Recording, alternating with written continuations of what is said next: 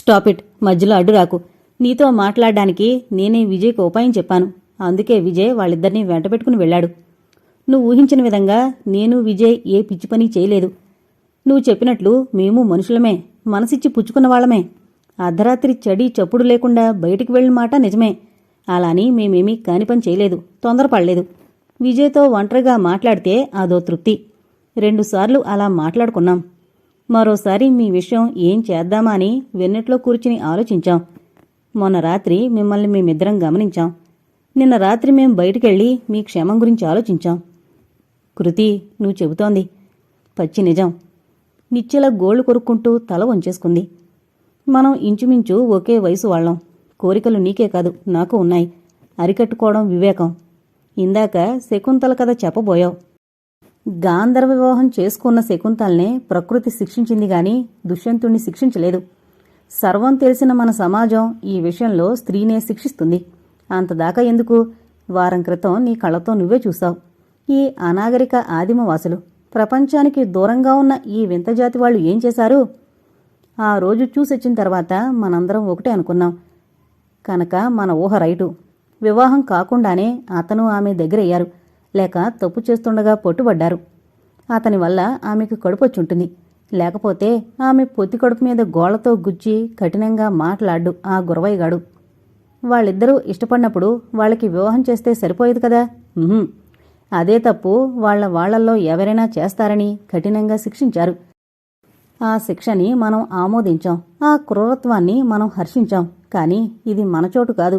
మనం బాధపడ్డం తప్ప ఏం చేయలేం. నిశ్చలా, ఇవి నా వయసు వాళ్ళు చెప్పే మాటలు కావు. అయినా ఈ నీతి సూత్రం నేను వల్లించక తప్పదు. చీకటి తప్పు వల్ల, క్షణికావేశం వల్ల జరగరాంది జరిగితే బాధపడేది నువ్వు. ఒక్కసారి బాగా ఆలోచించుకుని ఏదైనా జరిగితే. ఆపై కృతింక మాట్లాడలేక ఆగిపోయింది. నిశ్చల కళ్లల్లో నీళ్లు తిరిగాయి. అది గమనించింది కృతి. నిశ్చల భుజం మీద చేయి వేసి మృదువుగా తట్టి, నిన్ను మాటలతో బాధించాలని నా ఉద్దేశం కాదు నిశ్చల. గతం నాస్తి. ఇహపై ఈ ప్రయాణం ముగిసి మన ఊరు చేరిందాకా. కృతి ఆగిపోయింది.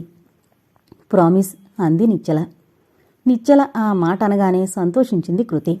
కాని నిశ్చల కళ్లల్లో నీళ్లు, పాలిపోయిన ముఖం చూసి నిశ్చలని మామూలు మనిషిని చేయడానికి ప్రామిస్ అంటే సరిపోదమ్మడు, నా నెత్తిన చేయి పెట్టి అనాలి.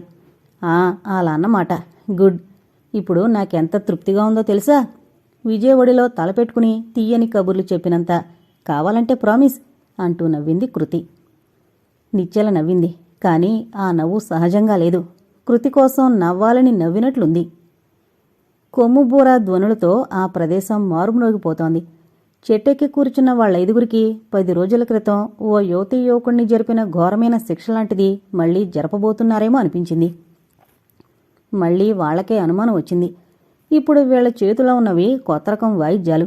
పైగా కోలాటం కర్రలతో కొడుతూ షాహూరే షాహూరేయా, షాహూరే షాహూరేయా అనే కేకలు.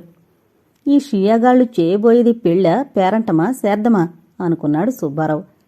ఆడా మగ హడావిడిగా తిరుగుతున్నారు. చిన్న ముచ్చికగాళ్లు హఠాత్తుగా వచ్చారు. వాళ్లు రాగానే వీళ్ల కోలాహలం ఆగిపోయింది. మరి కాసేపటికి గురవయ్య, గురవమ్మ వచ్చారు. గురవయ్య గారు 2 చేతులు ఎత్తి దించంగానే మెడలో ఆకుదండలు ధరించిన అమ్మాయిలు ఒక పక్క, మరోపక్క జుట్టుపోలిగాళ్లు ఆకుదండలు వేసుకుని వినయంగా పొట్టమీద చేతులు పెట్టుకుని నిలబడ్డారు. వీపున వాతలవాళ్లు, గుండుగాళ్లు జంటలుగా వాళ్ల ఎదుట బారులు తీర్చి కూర్చున్నారు. పిల్లలు వాళ్ల ముందు కూర్చున్నారు. విజయ్ వాళ్లు ఊహించింది 100కి 100 నిజం. జంటగా కూర్చున్న స్త్రీ పురుషుల వరకు చూస్తే ఆడాళ్ల వీపున వాత, మగాళ్లకి గుండు ఉన్నాయి. వాళ్ల ముందే వాళ్ల పిల్లలు ఉన్నారు. నుంచున్న ఆడ మగవాళ్ల ముఖాలు కళకళలాడిపోతున్నాయి. చిన్న ముచ్చికగాళ్లు వెడల్పాటి రాళ్లను తెచ్చారు. మరికొందరు ఏవో ఆకులు తెచ్చారు. ఈ ఆకుల్ని బండమీద వేసి మరో చిన్న రాతితో చితక్కొట్టి నీళ్లు చల్లుతూ నూరుతున్నారు మెత్తగా. అలాంటి ఆకుల్ని వీళ్ళైదుగురు చాలాసార్లు చూశారు. ఆ ఆకుని గిల్లి నోట్లో వేసుకుంటే కుంకుడుకాయలా చేదుగా అనిపించింది. అందుకని ఆ ఆకును వదిలేశారు. అదే ఆకుని ఇప్పుడు షియా ముచ్చికగాళ్లు మెత్తగా నూరుతున్నారు. ఈ ఆకుల ఉపయోగమేమిటో ఇప్పుడు తెలుస్తుంది కమల్ అనుకున్నాడు. గురవయ్య చెయ్యి పైకెత్తి ఏదో అన్నాడు. తర్వాత దండలేసుకున్న అమ్మాయిల్ని ముందుకు పిలిచాడు. వాళ్లతో ఏదో అన్నాడు. ఆ అమ్మాయిలు కదిలి ఒకరి తర్వాత ఒకరు వెళ్లి ఇద్దరేసి మగాళ్ళని తాకి యువతలకొచ్చారు. ఆ అమ్మాయిలతో పాటు ఆ ఇద్దరు అబ్బాయిలు యువతలకొచ్చారు. అలా 6 అమ్మాయిలు 12 మంది అబ్బాయిలు వచ్చి గురవయ్య ముందు నుంచున్నారు. గురవయ్య ఏదో అడగడం, వాళ్ళు జవాబులు ఇవ్వడం జరిగింది. తర్వాత అమ్మాయిలు వెళ్లి కూర్చోవడం, అబ్బాయిలు అక్కడే ఉండడం జరిగింది. 12 రాతి ఆయుధాలు తెచ్చారు. వాటిని వాళ్ల చేతికందించారు. 10 మంది గురుగారు పక్కన నుంచోగా 2 మిగిలారు. గురవయ్య చెయ్యెత్తి దించి షాహూ అనంగానే వాళ్ళిరువురు బద్ద శత్రువుల్లా చేతిలో ఉన్న రాతి ఆయుధాలతో శరీరానికి దెబ్బ తగలకుండా ఒక క్రమబద్ధంగా బలంగా ఆయుధానికి మాత్రమే దెబ్బ తగిలే విధంగా కొట్టుకోవడం మొదలుపెట్టారు. దానిని చూస్తూ కింద కూర్చున్న వాళ్లు మధ్య మధ్య హుషారుగా అరిచారు. అరుపులు వినంగానే వాళ్లు రెట్టింపు ఉత్సాహంతో కొట్టుకోవడం మొదలుపెట్టారు. మీ దుంపదేగా ఎంతసేపు అలా కొట్టుకుచేస్తారు? ఆయుధాన్ని చేర్చి బలంగా కొడితే సరిపోతుందా? దాంతో ఎదుటివాడి బుర్ర మీద ఒకటిచ్చుకుంటే నా సామిరంగా విసుగ్గా అనుకున్నాడు సుబ్బారావు. ఈ రాతికేసి ఆ రాతిని, ఆ రాతికేసి ఈ రాతిని ఊరికే కొట్టుకోవడం ఇదేం పోటీ? వీళ్ల ముఖంలాగుంది. ఇంతోటి పోటీకి తోడు ఇద్దరేసి జుట్టు పోలిగాళ్లని అమ్మాయిలు సెలెక్ట్ చెయ్యాలా అనుకుంది నిశ్చల. ఇది పోటీ కాదని, ఇదో రకం స్వయంవరమని, వివాహం ముందు జరపబడే వింత ఆచారమని వీళ్ళ 5గురికి తెలియక ఎవరికి వారే విసుక్కున్నారు. ఈ గోలైపోయి కొత్తదేదైనా మొదలు పెడితే బాగుణ్ణు, ఎంతసేపిలా? వాళ్ల పోటీకి నూరే ఆకులకి సంబంధమేమిటో అని కూడా ఆలోచించారు. జరిగేదే ఓ రకమైన పోటీ, ఒక ఆచారానికి వివాహానికి సంబంధించింది. క్రితం రాత్రి నిండు పౌర్ణమి. గురవయ్య 6 అమ్మాయిలకి వివాహం నిశ్చయించాడు. ఈరోజు ఇప్పుడు దాని తాలూకా తతంగం జరుగుతోంది. తెల్లవారుజామునే అంతా తిని తాగడం అయింది. ఇహ రాత్రికే అంతా మళ్లీ తిని తాగడం. ఒక అమ్మాయి తనకి నచ్చిన 2 అబ్బాయిల్ని తాగి చూపిస్తుంది. అప్పుడు వాళ్ళకి పోటీ మొదలవుతుంది. బలంగా బరువుగా ఉండే ఆ రాతి ఆయుధాన్నెత్తి గట్టిగా ఒక క్రమబద్ధంగా కొట్టుకుంటారు. అలా కొట్టుకోగా ఒకరిలో శక్తి సన్నగిలుతుంది. ఇంకా కొట్టలేక ఆయుధంతో సహా కింద కూర్చుండిపోతాడు. విజేత ఆయుధంతో నుంచుంటాడు. విజేతతో ఆ పిల్ల వివాహం అవుతుంది. ఇది వాళ్ల వివాహ పద్ధతిలో మొదటి అధ్యాయం. ఓడినవాడు మరో 2 పౌర్ణమి రాత్రులు పెళ్లికొడుకుగా ఛాన్స్ ఇస్తారు. అంటే దండ వేసుకుని మర్నాడు పెళ్లికొడుకుల జాబితాలో చేరి నుంచోవచ్చు. 3 సార్లు అమ్మాయిల చేత ఆమోదించబడి ఆ 3 సార్లు ఈ పోటీలలో ఓడిపోబడితే వివాహానికి అర్హుడు కాదు. కాని చిన్న గురవయ్య అవుతాడు. దానికి కొంత తతంగం ఉంది. జుట్టంతా తీసేసి నడినెత్తిన ముచ్చుకలా కొంత జుట్టుంచుతారు. వివాహం చేసుకున్న వాళ్లు బలవంతులు ఆయుధం చేబూని ఆహారం సంపాదించుకురావడం, సంసారానికి వాళ్ల జాతికి కావలసినవి చూడడం చేస్తారు. రోజూ ఆడది అనగా వాడి పెళ్లం పక్కనుంటుంది. ఆ భార్య భర్త కలిసి గృహం నిర్మించుకుంటారు. తర్వాత పిల్లాపాపల్ని కంటారు. చిన్న గురవయ్యలుగా తయారు చేయబడిన వాళ్ళకి పెళ్ళుండదు. స్త్రీ సౌఖ్యం కూడా ఎప్పుడో తప్ప ఉండదు. తిని కూర్చోవడంతో కొవ్వు పెరిగి కోరికలు రుద్దవుతాయి. అందుకని గోతికాడ నక్కల్లా రెడీగా కూర్చునుంటారు. వివాహం కానివాళ్లు తప్పు చేయరాదు. వాళ్లకి ఘోరమైన శిక్ష ఉంటుంది. శిక్ష ఉంటుందని తెలుసుగాని అది ఎంత ఘోరమైందో తెలియని వాళ్లు కోరిక ఆపుకోలేక చాటుగా వాళ్ల కోరిక తీర్చుకోవడం లేక ఆ ప్రయత్నంలో ఉండడం జరుగుతుంది. వెంటనే చిన్న ముచ్చుక వాళ్లు వాళ్లని పట్టుకుని గురవయ్య వద్ద లాక్కొస్తారు. మర్నాడు తప్పు చేయబడ్డవాడు ఆత్మహత్య చేసుకుంటాడు. మత్తు పానీయం తాగి ఒళ్ళుపై తెలియని అమితానందం పొందుతూ ఆ పిల్లని చిన్న ముచ్చిగ్గాళ్లు తనివితీరా వాడుకుంటారు. అంతమంది దండయాత్ర భరించలేక ఆ పిల్ల దారుణంగా మరణిస్తుంది. అదేవిధంగా చూస్తే వాళ్లంతా కలిసి చంపినట్టే లెక్క. మరో విధంగా కూడా ఈ చిన్న ముచ్చుగ్గాళ్లు కోరికలు తీర్చుకుంటారు. భర్త మరణించిన స్త్రీ ఒక 4 రోజుల పాటు ఈ చిన్న ముచ్చిగ్గాళ్ల ఆధీనంలో ఉంటుంది. పౌర్ణమి మొదలు మళ్లీ పౌర్ణమికి ఆమె ఈ లోకంలో ఉండదు. వీళ్ల కోరికలు తీర్చలేకైనా చస్తుంది. లేకపోతే మత్తు పదార్థం పేకల దాకా తాగింపజేసి బతికొండగానే పూడ్చిపెట్టడం జరుగుతుంది ఆమెని. వాళ్లల్లో తప్పు చేసిన స్త్రీ పురుషులు పట్టుబడ్డా, భర్త చనిపోయి ఆడది మిగిలినా, కన్యగా ఉండి గర్భం దాల్చినా ఆ తాలూకా స్త్రీలని చిన్న ముచ్చిగ్గాళ్లు వాడుకోవడం అంటే అది పుణ్యం కింద లెక్క. గురవయ్య అంటే వాళ్ల దృష్టిలో భగవంతుడు.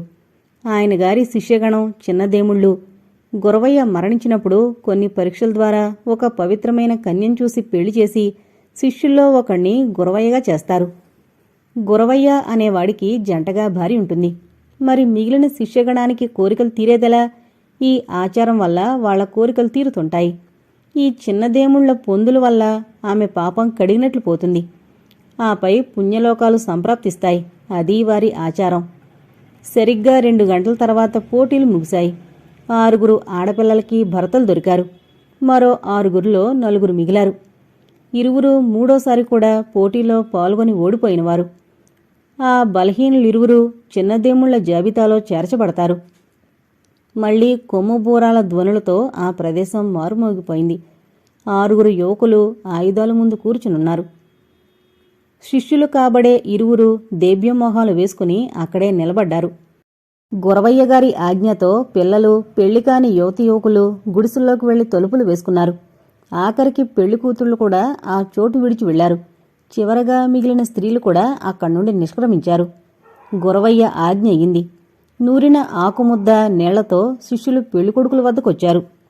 గురవయ్య, ఆయన గారి భార్య, చిన్న ముచ్చికగాళ్లు, మగవాళ్లు అంతా చూస్తుండగా ఆ 6 పెళ్లికొడుకులను అలంకరించడం మొదలుపెట్టారు. అందరూ కళ్ళప్పగించి చూస్తుండగా, చెట్ల మీద దాగి ఉన్న 5 చూస్తుండగా, వింత, వికృత, విడ్డూరమైన ఆచారంతో పెళ్లికొడుకులుగా తయారు చేయబడుతున్నారు వారు.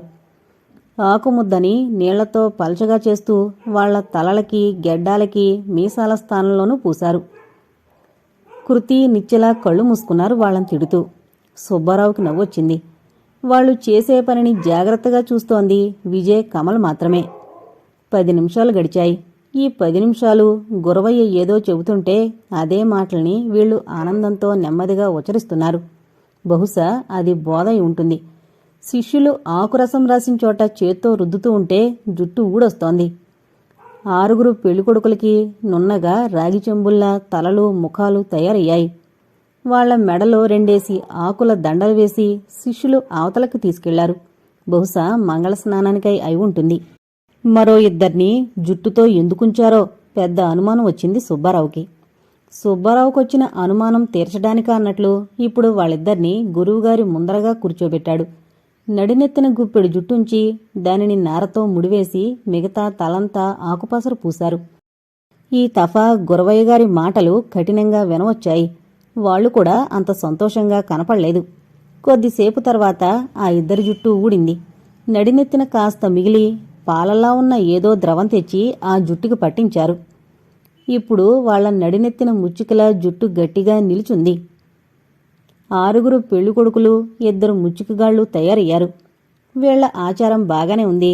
మరి 4 ఈ పోటీల్లో పాల్గొని కూడా అటు పెళ్లికొడుకులుగాక ఇటు వీడి శిష్యులుగాక అలా ఉండిపోవడంలో అర్థం, పరమార్థం ఏమిటబ్బా? మళ్లీ సుబ్బారావుకి అనుమానం వచ్చింది కాని తీర్చే నాదుడే కనపడలేదు. ఇలా చూస్తూ ఉంటే అలా ఎట్టాగోట్లా తీరుతుందిలే అని సరిపెట్టుకున్నాడు. కొత్త గుళ్ళు స్నానం చేసొచ్చాయి. కొత్త ముచ్చికలు స్నానానికి బయలుదేరాయి. మరోసారి వాయిద్యాలు మారుమ్రోగాయి. దాన్ని సిగ్నల్గా భావించి గుడిసెల్లోపలికి వెళ్లి తలుపులు వేసుకున్నవాళ్లు బిలబిలమంటూ బయటకొచ్చారు. పెళ్లికూతుళ్లు మాత్రం రాలేదు. ఇంక చకచక రంగంలోకి దిగి నిప్పు రాజేశారు. వంట ప్రయత్నం మొదలుపెట్టారు. ఆకులు, పళ్ళు, పొలవబెట్టి తయారు చేసిన మద్యం తాగి తిండి తిన్నారు. తర్వాత ఒళ్ళుపై తెలియని విధంగా నాట్యం చేస్తూ అరుపులు మొదలుపెట్టారు. చూసి విసుగు పుట్టింది. విజయవాళ్లు తమ స్థావరానికి బయలుదేరారు. వాళ్లు మరలి వెళ్లేటప్పుడు సుబ్బారావు జేబులోంచి బాల్ పాయింట్ పెన్ను జారిపడింది. అది సుబ్బారావు గ్రహించలేదు. ఆ బాల్ పాయింట్ పెన్ షియాగాళ్లు చూస్తే చాలా కథ జరగనుంది. గాఢ నిద్రపోతున్న కృతికి ఎందుకో మెలకువ వచ్చింది. కారణం లేందే తనకి మెలకువ రాదు. ఆ కారణమేమిటి? పూర్తిగా కళ్ళు తెరిచి నెమ్మదిగా తల తిప్పి చుట్టూ చూసింది. ఉలిక్కిపడింది. విజయ్, కమల్, సుబ్బారావు కాస్త దూరంలో నిద్రపోతున్నారు. కాని తన పక్కనే ఉన్న నిచ్చెల లేచి కూర్చునుంది. తల మోకాళ్ల మధ్య ఇరికించుకుని చేతులు, కాళ్లకి పెనవేసి ఏడుస్తోంది. ఎవరూ తన ఏడుపు వినరాదు అన్నట్లు బిగబట్టి ఏడుస్తోంది. అయినా ఆ నిశ్శబ్దం కారణంగా నిచ్చెల ఎక్కిళ్ళు, ఏడుపు పైకి వినిపిస్తూనే ఉన్నాయి. పక్కనే పడుకోవడం వల్ల కృతికి వెంటనే మెలకు వచ్చింది. నిచ్చెల ఏడుపుకి కారణమేమిటి? ఇంటిమీద గాలి మళ్ళిందా? ఇంటిమీద గాలి మళ్ళితే విచారం కలిగేను, కళ్ళనీళ్లు కారేను. ఇంతగా కుళ్ళి ఏడవలసిన అవసరం లేదు. సాయంత్రం నుండి నిత్యల ముఖం చిన్నబోయింది. అదేమని రెట్టించడిగితే తలనొప్పి అంది. అంటే మరేదో కారణం ఉంటే దానిని ఆ వంకపెట్టి తప్పించుకుంది. అది ఏమై ఉంటుంది? కృతి తీవ్రంగా ఆలోచిస్తోంది. ఉదయం నుండి రాత్రి లోపల జరిగిన సంఘటనలు వరుస క్రమంగా ఆలోచించగా ఓ విషయం తట్టింది కృతికి. ఎస్, తామా రోజు చూసిన షియా వాళ్ళ. అదే నిజమైతే? కృతి చిగురుటాకులా కంపించింది. నిమిషాలు గడిచిపోతున్నాయి. కృతి నిర్ణయానికొచ్చి లేచింది. నిశ్చలా అంది నెమ్మదిగా. ఆపై నిశ్చల భుజం మీద చేయి వేసింది. అతి బలవంతాన ఏడుపుని దిగమింగి పైకి శబ్దం రాకుండా మునిపంటితో పెదవి నొక్కుంది.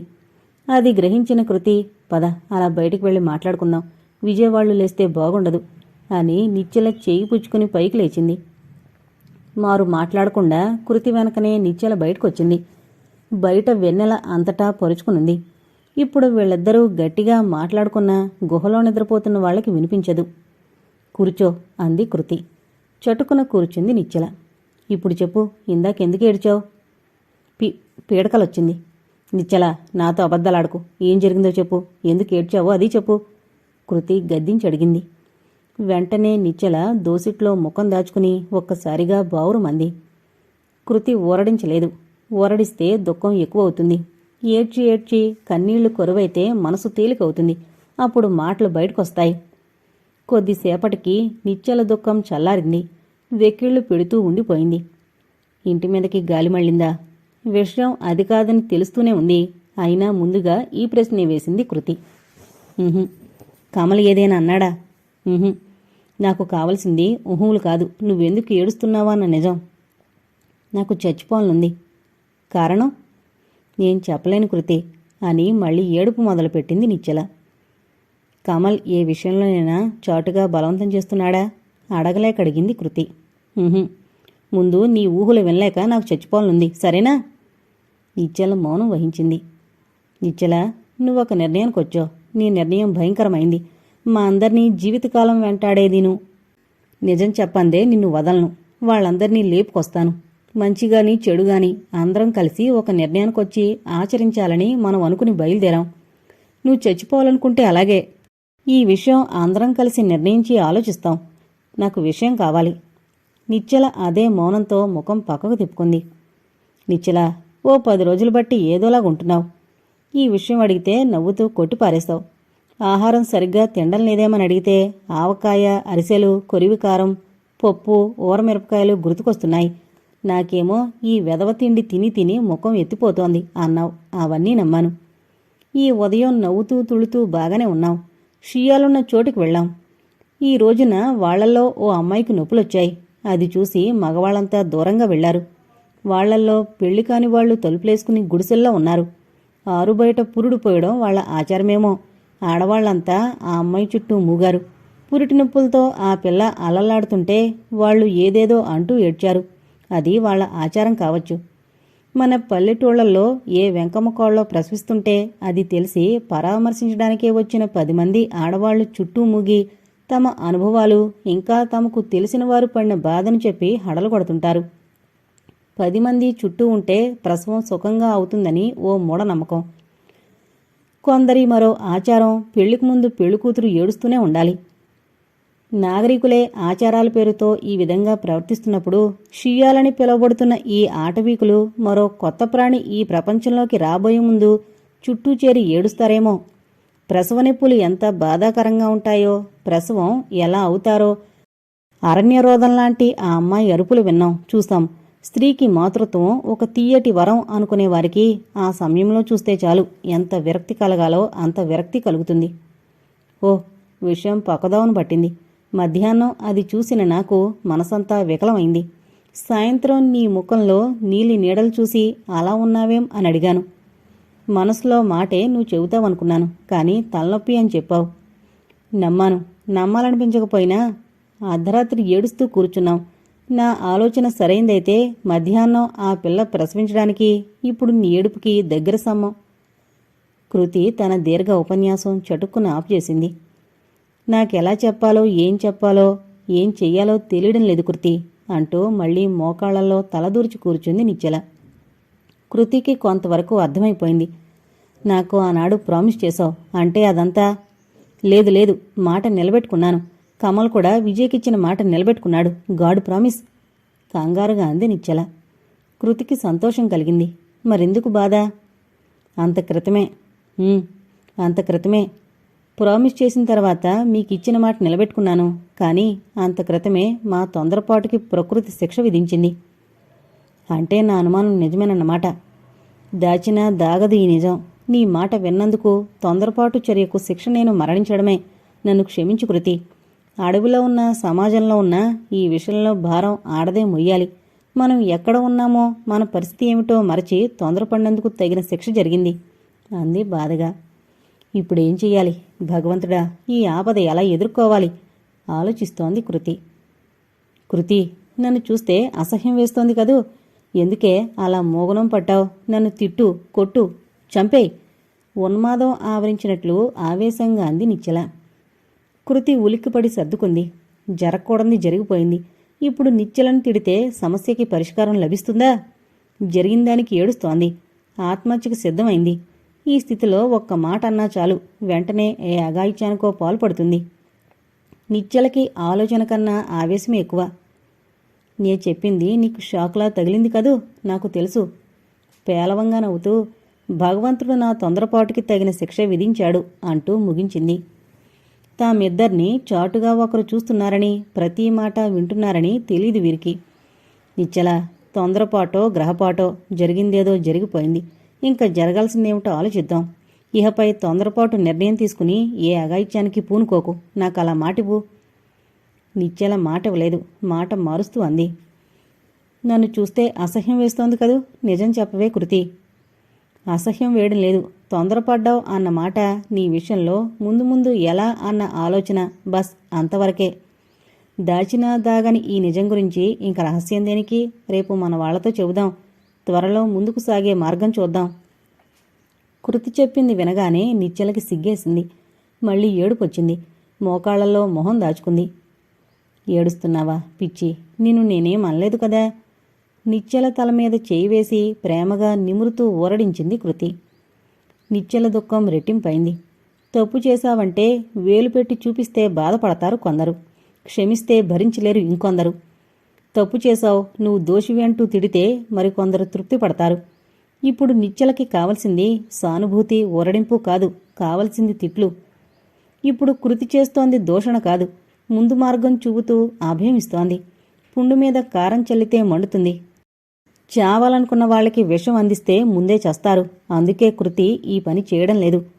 నిశ్చల కళ్ళనీళ్లు తుడుస్తోంది.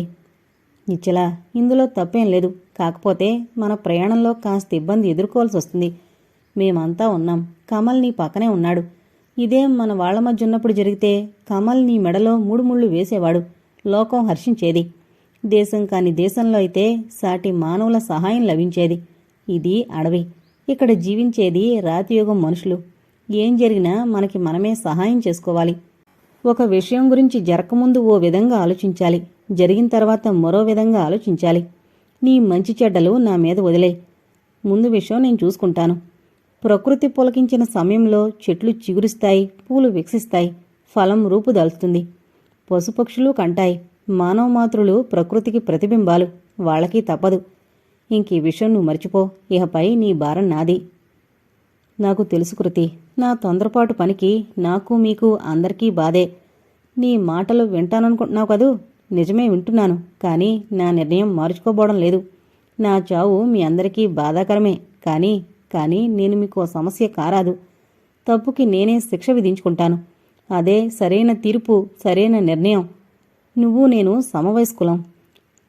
ఆ తప్పుని ఎత్తిచూపక విశాల హృదయంతో పెద్దరికం వహించి నాకు అమృతం అందిస్తున్నావు. కానీ కృతి, నేనా అమృతాన్ని గ్రోలడానికి అర్హురాల్ని కాను. విషం పుచ్చుకోవడానికి మాత్రమే అర్హురాల్ని. అందుకే నా నిర్ణయం మార్చుకోను. నా మరణం నా చేతిలోనే ఉంది. అది ఖాయం. నిశ్చల ఆలోచనలు మరో విధంగా సాగుతున్నాయి. కృతి అనునయంగా చెబుతోంది. నిశ్చల వింటున్నట్లు మౌనం వహించి మరణం గురించి మరో మార్గాన ఆలోచిస్తోంది. ఇంక పిచ్చి పిచ్చి ఆలోచనలు చేయకు. పద వెళ్ళి పడుకుందాం అంటూ కృతి లేచింది. మౌనంగా కృతి వెనకే నడిచింది నిశ్చల. తాను కోరినట్లు నిశ్చల ప్రామిస్ చేయలేదన్న విషయం కృతి ఆ నిమిషాన మరిచిపోయింది. ఆ విషయం గుర్తున్న నిశ్చల విషాదంగా నవ్వుకుంది. నడిచి నడిచి బాగా అలసిపోయారిద్దరూ. నాతో మిమ్మల్ని తీసుకొచ్చి అందర్నీ బాధపెడుతున్నానేమో విజయ్ అన్నాడు. ఎందుకురా అదోలా ఉన్నావు అంటే ఏం లేదంటూ మాట మరిచావు. 2 రోజులు బట్టి బాధపడుతోంది మా విషయం గురించా? కమల్ అడిగాడు. అవునరా, మా తాతగారు చెప్పిన మాట పట్టుకుని ఆధారాలు ఉన్నాయి కదా అని, పైగా పెళ్లి విషయంలో నేను ఇంట్లో అబద్ధం ఆడడం, అది తప్పించుకోవడానికి వెంటనే బయలుదేరడం అంతా తొందర అయిపోయింది.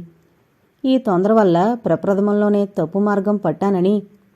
అరే ఫూల్, ఇంకేదైనా బాధుంటే కక్కై, అంతేగాని అనవసరంగా విచారించకు. మనం ముందుగా వచ్చిన దారి తప్పో తెలీదు గాని ఇప్పుడు సరైన చోట్లోనే ఉన్నాం. మనం ఒక బొమ్మను చూసి ఇదేమిటి ఇలా ఉంది, పెద్ద తల, కూరల్లా పళ్ళు, ఆల్చిప్పల్లా అతుకుపోయిన ముఖము, వింత మనిషా, విచిత్ర జంతువు అనుకున్నాం. ఆ బొమ్మలో వాళ్లే కదా ఇక్కడ మనం ప్రత్యక్షంగా చూస్తోంది కనుక. కమల్ మాటలు కడ్డొస్తూ ష్ అంటూ వారించాడు విజయ్. అలికిడి వినబడుతోంది కదూ? నెమ్మదిగా అడిగాడు. అవును, ఇప్పుడింకా దగ్గరగా వినబడుతోంది. కమల్ కాస్త కంగారుగా అన్నాడు. హరియప్, ముందా చెట్టుకు దంపదా. గుబురుగా ఉన్న పెద్ద చెట్టువైపు పరుగు తీస్తూ అన్నాడు విజయ్. విజయ్ వెనకనే కమల్ పరిగెత్తాడు. ఇరువురు ఒకరి వెనక ఒకరు చెట్టెక్కి బాగా పైకి వెళ్లి దాక్కున్నారు. ఒకే చెట్టు ఎక్కడం, పక్కపక్కనే కొమ్మల మీద కూర్చోవడంతో నెమ్మదిగా వాళ్లు మాట్లాడుకోవడానికి కూడా వీలుంది. చెట్ల తర్వాతున్నది ఖాళీ ప్రదేశం. అక్కడ కొంత దూరం దాకా గడ్డి మొలిచుంది. మళ్లీ చెట్లు. చాలా భాగం ఆ ప్రదేశమంతా అంతే. కొంత దూరం దాకా ఒత్తుగా చెట్లు, లేకపోతే చేనులా మొలిచిన పనికిమాలిన గడ్డి. అదీ కాకపోతే ఖాళీ ప్రదేశం. ఇంకా దూరం వెళితే దెబ్బల్లా ఉన్న చిన్న కొండలు, వాటిని ఆనుకొని నీటి ప్రవాహం. ఈ ఖాళీ ప్రదేశాల్లో నడిచేటప్పుడు విజయవాళ్లు చాలా జాగ్రత్త వహిస్తారు. అలా నడిచి తాపీగా వెళితే ఏ షియా కంటనో పడితే లేనిపోని ప్రమాదం. వెళ్ళిపోవడం మంచిదని విజయవాళ్లు ఏనాడో నిర్ణయించుకున్నారు. అందుకనే ముందు జాగ్రత్తతో ఆ పరిసరాల్లో నడిచేటప్పుడు ఏదైనా శబ్దం వినపడుతుందేమోనని చెవి అటు పారేసి చెట్లచాటుగా నడవడం.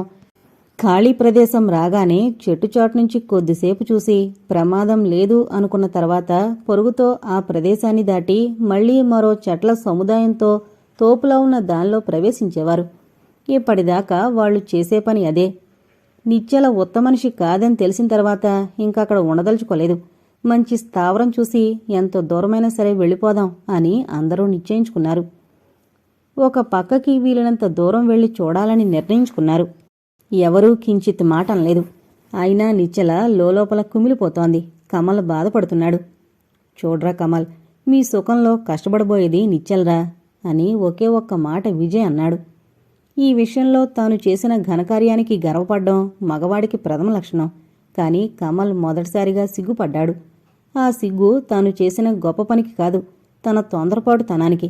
జరిగిందేదో జరిగిపోయింది. ఇక ఆ విషయం మరిచిపోమని కృతి, విజయలిద్దరూ ధైర్యం చెప్పారు. నిశ్చల, కమల్ పైకి మామూలుగానే ఉన్నారు. అంతరంగం మాత్రం కుమిలిపోతోంది.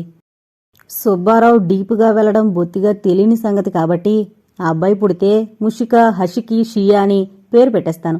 ఇంచక్క బుల్లి, బుచ్చి, బుడ్డి బేబీ కనుక అయితే గోల్డ్ బేబీ అని పేరు పెట్టి నెత్తినెక్కించుకుంటాను.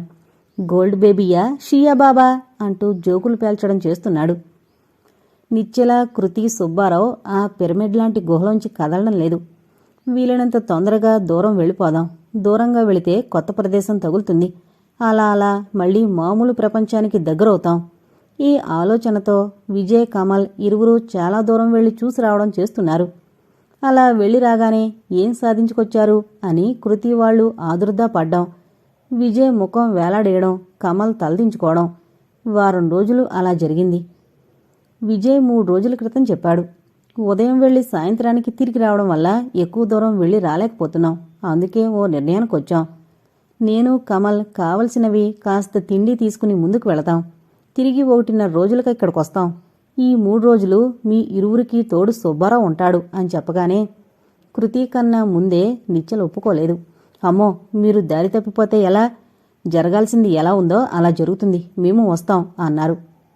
ఎవరూ రావడానికి వీల్లేదు. మేము ఒకరికొకరం తోడున్నాం. సరిగ్గా 3 రోజులు గుర్తుంచుకోండి. మరో విషయం, ఏదన్నా అడ్డంకొచ్చి తిరిగి రాకపోతే మీరు గాబరా చెంది మా కోసం రావద్దు. మీరటు మేమిటు చెరోదారి అవుతాం. తిరిగొచ్చిన తర్వాత సాధించేదేమీ లేకపోతే ఈ తఫా వారం టైం తీసుకుంటాం. దీని తుది మొదలు తెలిసిందాకా మా అన్వేషణ ఇలా సాగుతూనే ఉంటుంది. మా నిర్ణయం మారదు. మీరు అడ్డు తగలద్దు. ఒక నిర్ణయానికొచ్చి గట్టిగా చెప్పాడు విజయ్.